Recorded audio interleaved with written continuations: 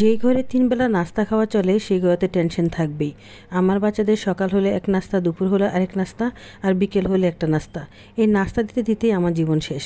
কী আর করব, আজকে একবার নতুন একটা নাস্তা বানাচ্ছি, আর এই নাস্তাটাও ওদের আবদারই বানাচ্ছি। আসসালামু আলাইকুম, কেমন আছেন সবাই? আশা করি ভালো আছেন। আলহামদুলিল্লাহ, আমিও ভালো আছি। আজকে আমি সসেস আলু দিয়ে একটা সুন্দর একটা পকোড়া বানাচ্ছি।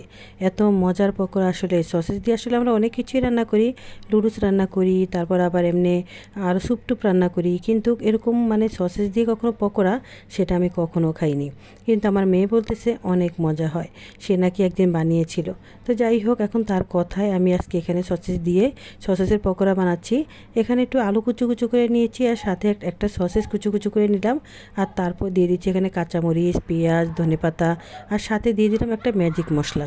বাস এতটুকুই। এখন ভালো করে হাত দিয়ে একটু মাখিয়ে নিচ্ছি। বিকেলবেলা স্ন্যাক জাতীয় খাবারগুলো একটু বেশি খেতে ভালো লাগে। যেমন ধরেন এই যে পকোড়া ঝাল ঝাল করে বানালে খুবই মজা হয়। তো আমি অবশ্য অনেক রকমের পকোড়া বানাই, আজকে হচ্ছে সসেসের পকোড়া বানাচ্ছি। আজকের পকোড়াটা একটু অন্যরকম। তো এখানে আমি কিছুটা আটা দিয়ে দিলাম, আর তার উপরে কিছুটা বেসনও দিয়ে দিলাম, দিয়ে এখন ভালো করে চেলে নিচ্ছি।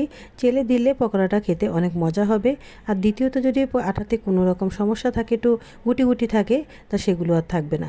তো যাই হোক, এখন চেলে দিলাম, দিয়ে একটু হাত দিয়ে ভালো করে মাখিয়ে নিচ্ছি, আর একটু পানি ছিটকা দিয়ে দিয়ে তারপর মাখাচ্ছি। কারণ পানিটা যদি একটু বেশি হয়ে যায় তখন আবার এটা পাতলা হয়ে যাবে, তখন আর এটা পকোড়ার মতো থাকবে না। তো যাই হোক, এখন একটু একটু করে পানি দিচ্ছি আর মাখাচ্ছি, এতে করে গ্রেভিটা অনেক সুন্দর হয়েছে। আর এই যে এরকম হয়েছে। আর এখন আমি এগুলোকে ভেজে ফেলবো। আর আমরা সাধারণত যেভাবে পকোড়া বানাই ঠিক এই একইভাবে সেম একই রকম, তবে একটু মানে যেভাবে হাত দিয়ে তুলবেন ওভাবেই দিয়ে দিবেন, তাহলে হয়তো একটু আঁকাবাঁকা হবে, আর এতে করে বেশি মজা হবে আর ক্রিস্পিও হবে। তো যাই হোক, এখন আমি চুলা আঁচটা একদমই কমিয়ে রেখেছি। প্রথমত চুলা আঁচটা কমিয়ে পকোড়া ভাজতে হয়, আর পরবর্তীতে একটু চুলা আঁচটা বাড়িয়ে দিতে হয়। এতে করে আলু আর সসেসটা সিদ্ধ হয়ে যাবে, আর পকোড়ার কালারটাও খুবই সুন্দর আসবে।